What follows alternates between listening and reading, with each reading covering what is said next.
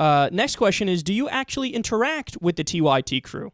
Like tweets, PMs, email, phone, Skype? What's a PM? I don't even know what that is. How much, how often, regular powwows? No. So I'm close with Aaron Wysocki. He's the social media guy who I have a meeting with every 2 weeks. In terms of other people there, the only other one that I talk to on a fairly regular basis is Steve-O.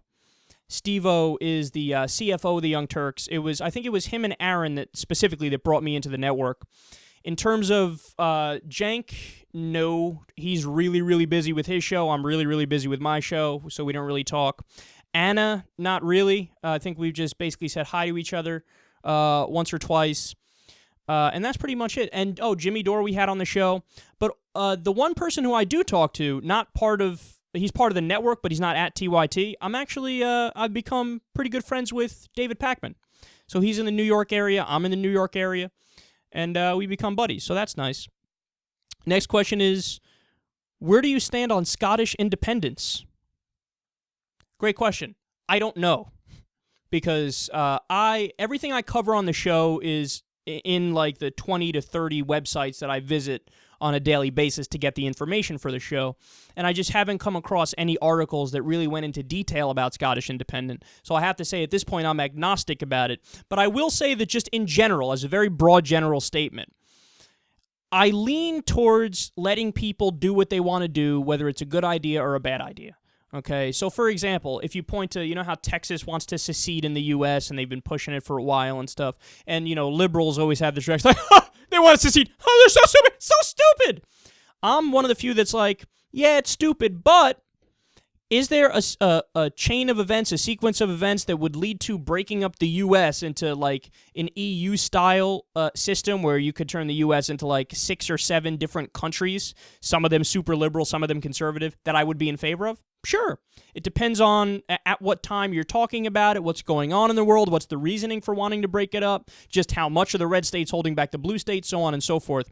So I lean towards always, siding with let people do what they want, even if it might be a little silly. Like, the Kurds, for example, I'm in favor of them having Kurdistan. In terms of Israel-Palestine, I'm in favor of a 2-state solution. Both get UN recognition. And the list goes on and on. So I don't have an answer. I'm agnostic on it. I'd have to read all the details. But I usually lean towards, sure, in some cases it makes sense to create new states and to change things up. Next one is, what is your opinion on euthanasia or medically assisted suicide? I'm for it. The only questions I have where I'm not sure yet are, what stripe of physician-assisted suicide am I for? So am I in favor of people killing themselves whenever they want, under any circumstance, for any reason? I might be. Again, I prefer to lean on the side of freedom. And the only thing I struggle with there is, well, okay, what if it's an 8-year-old? What if it's a 13-year-old and they want to kill themselves just because they're depressed? Should you need parental consent? Should there be a minimum age? I don't know. There's a good debate to be had, a good argument to be had. I might be in favor of some regulations.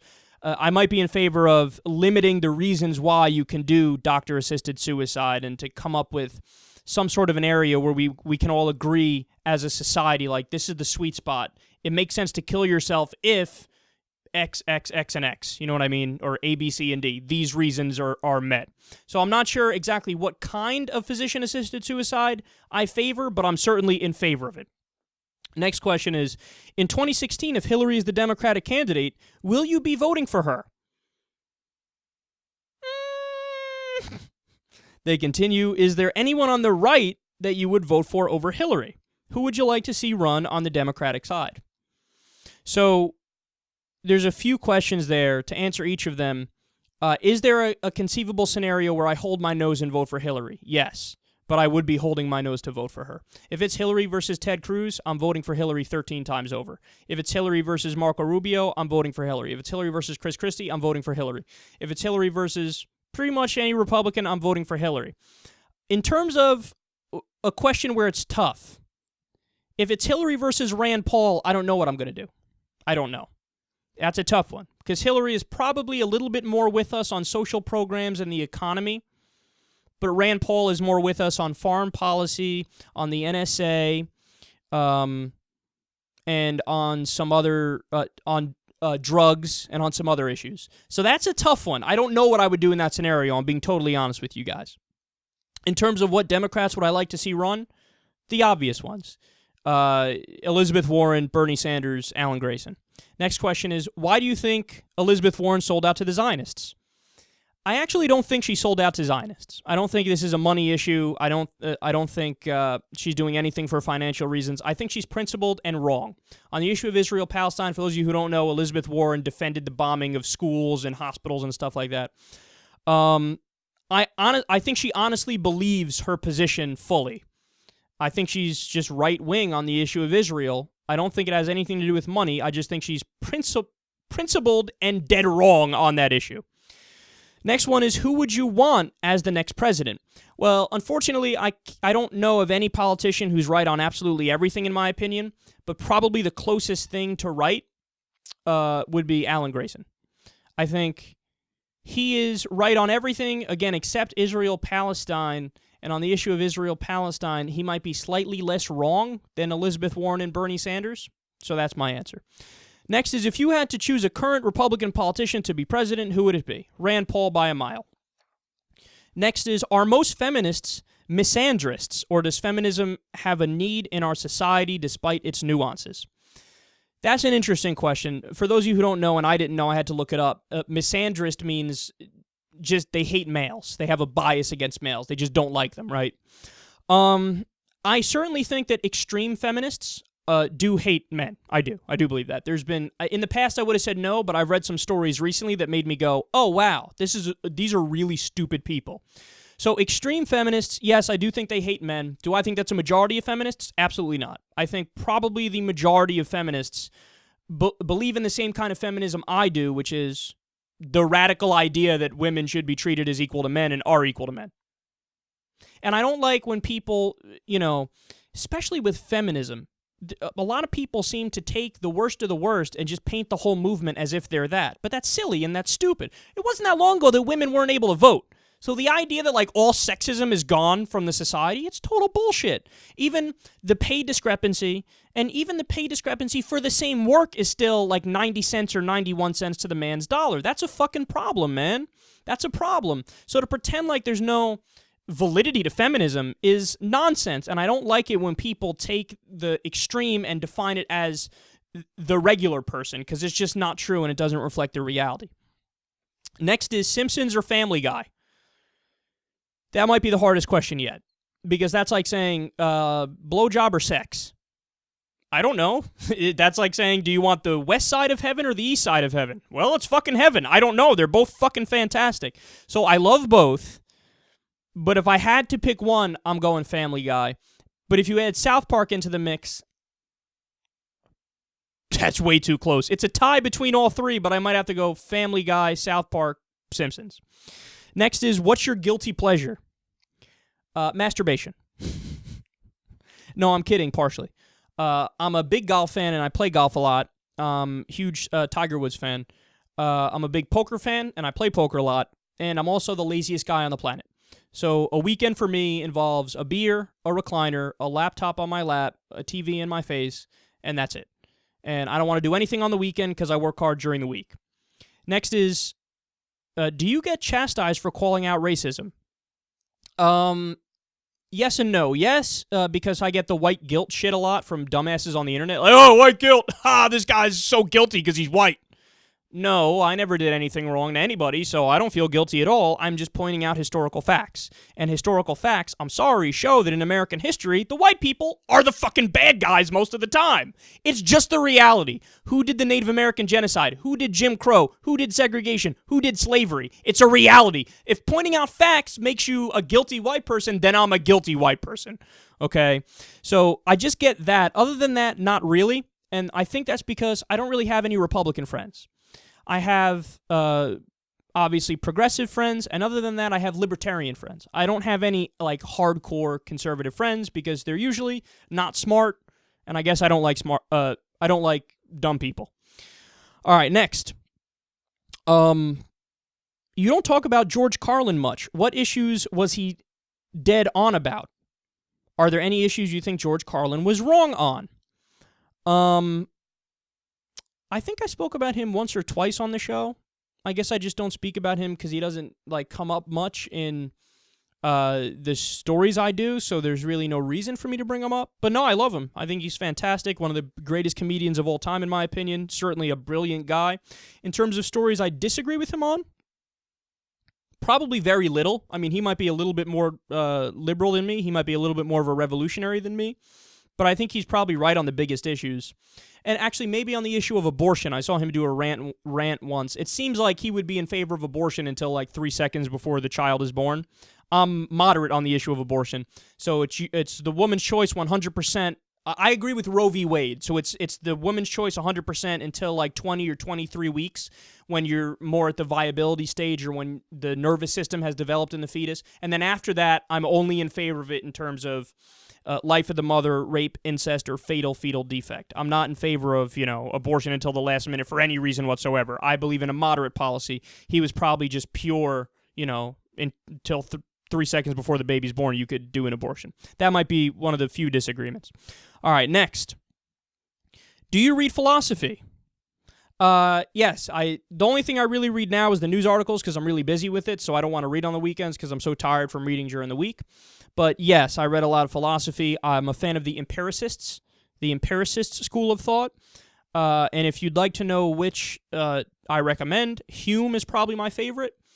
And by the way, not because I agree with all these guys on everything, just because I think it's interesting, but Hume I like. I liked reading Locke, I liked reading Hobbes, and I liked Bertrand Russell, and I would avoid the ancients if I were you. I'm not a fan of the ancients. Next, which European country is best to take as a role model for America? Easy. Norway, Denmark, Iceland, Sweden, Greenland, Finland, the Scandinavian region of the world. They are the hope of the world, because they have universal health care, universal education, the best middle-class incomes per capita, the highest happiness levels, the best education systems. They have created a perfect mix, in my opinion, between capitalism and socialism, and they've created the happiest people. They get the most vacation time. I would like to have systems exactly like theirs. Next is, what is your opinion on one world government? I like the UN. I like having some sort of body where they can come together and make decisions, international courts, international law, stuff like that. In terms of like a central one world government that could actually have control over every area and be efficient in terms of delivering justice and whatnot, I don't think that's possible. Okay? And I think the conspiracy theories about them, like Agenda 21 is coming to kill us all and the NWO is coming to kill us all, they're mostly not true. They're a little silly and overstated and largely made up. So one world government, no, you can't do a full-on one world government that controls everything, but I support the UN, I support international law and the international community. Next is, if you could switch places with one person, who would it be? Tiger Woods. Tiger Woods in the height of his having sex with random women and winning golf tournaments. That's a serious answer, by the way. Or just Tiger Woods at any point, because I would love to know what it's like to be the number one golfer in the world and to feel what it's like to play as the number one golfer in the world. Or the second one is Bill Maher, because he does something very similar to what I do, and I'd love to run the show real time, because I think I could do a better job than him. I know that seems incredibly arrogant, but I think I could. And I also love stand-up. I'm not a stand-up comedian, but whenever I have done public speaking, I'll do some jokes, and I love the feeling of the laughter that you get when you deliver a joke well. And he travels the country and does stand-up, and I'd love to have that feeling too. Next is, what does your family think of your show? Are they supportive? Well, my dad's dead. That kind of crushed the mood, didn't it? No, he's been dead for a while, and he was never around while I did this for a living. So no idea what he thinks. If I had to guess, he'd just be proud of me because I'm his son. If I did anything, if I farted, he was like, there's my son. So it doesn't matter. I mean, I think the dad always supports the son. Or in a lot of cases, I can't say in every case, that's certainly not true. In a lot of cases, the dad is just proud of the son no matter what. I think he would have been. And my mother is an angel. It's amazing how, like, when I left I worked at a car dealership. Didn't really like it, left there, didn't know what the fuck I was going to do, and then the show just kind of blossomed out of that. she was supportive of me, like, not earning money for a very long period of time, trying to get this show up and running. So she supported me throughout that whole thing, and she used to be, she's from New York like me, so she was like a liberal Republican growing up, but now I think I convinced her. She votes pretty solidly Democratic from here on out. All right, next is, when will you run for office? Never. Next is, what made you become a radio host, and what are your plans for the future? I don't know what made me become a radio host. It just kind of happened after I left the car dealership. I mean, I started Secular Talk in 2008 to do some videos every once in a while. It was just fun to fuck around and do them. But I didn't do it for a living back then. Then we started the internet radio show. I didn't do that for a living either. But then when I left the dealership, I started doing it full time, and then it eventually blossomed into I was able to make money from it, and I was doing it all the time, and I was just addicted to it. So there was never really a conscious choice. It just kind of happened. And I think it just kind of happened because I was obsessed with it, and I did nothing but it for so long that it blossomed into something. Next question is, I'm almost done here. I know I've been going for a long, long time. When did you... Oh, I'm sorry. To answer the second part of the last question, what are your plans for the future? Don't have any. I'm going to continue to do exactly what the fuck you're looking at me doing right now because it's fun, and I make enough where I could pay the bills, and I enjoy it, and I think you guys enjoy it, and that's all that fucking matters, and I'm not going to stop doing the show until I fucking die. Next question is, when did you become an atheist? Good question. Probably when I was about 14, 15-ish. Whenever I read The God Delusion by Richard Dawkins, which to this day is one of my favorite books, you could be a moderately religious person or on the fences or you never thought about the issue. If you read The God Delusion by Richard Dawkins, you'll walk away from that thing calling yourself an atheist or an agnostic or a secularist, guaranteed, okay? Read that book if you haven't. I mean that. Next is, what made you left? Was it something you liked on the left or disliked on the right? Your parents, etc. No, my dad was apolitical, didn't really give a shit about politics, but whenever he did make a political comment, he was all over the place, not consistent at all, some really liberal beliefs, some really conservative beliefs, some conspiracy beliefs, etc. Just didn't care about politics. My mom, like I said, was like a liberal Republican, but now I think she votes Democratic every time. What made me left? Probably the fact that when I got into politics, I came at it from two extremes. One was I would watch Bill O'Reilly's show every night, not because I agreed with it, because I liked his presentation, and I thought he was a great talker. I'd watch his show, and I saw the 9/11 conspiracy truther movie. So I got varying different opinions on the same issue, and I was fascinated by that people could disagree on the exact same fucking thing. Like, how can you have such radically different opinions on the same thing? And then that sparked the interest to learn about stuff and read more about stuff. And what I found is that the more I read, the more I learned, the more I realized the right-wingers don't know what the fuck they're talking about, and what they're saying is simply not true. They're just not right about stuff. And the liberals were just more correct. So I side more with the progressives in the U.S. I always add this caveat, though. Internationally, I'm a centrist. I consider myself an international centrist or moderate or independent. It's just in the U.S. I seem progressive because the right-wingers are so fucking crazy. And final question, how long do you need to prep for the show, and what do you do on a typical workday? Wake up at 9 o'clock, read until about 2:30 or 3 o'clock, prepare about 15 stories, break them down in the right order, get all the clips right, and then come on air, do the show, get off air. Second I get off air, upload all the video and the audio and whatnot, clip it up, throw it on YouTube. By the time that's done, it's about 12 or 1 o'clock in the morning. So I work from 9 o'clock in the morning to 12 or 1 o'clock at night. The only part of that that's actually work, in my opinion, everything that happens after the show. The editing, the uploading, all that bullshit. It's annoying. It sucks. I wish I didn't have to do it, but I have to do it to get it all up there. Preparing for the show, reading for the show, putting everything in order, and doing the show is more fun than anybody could ever imagine. And with that, I end the Q&A. I hope I did not bore you to death.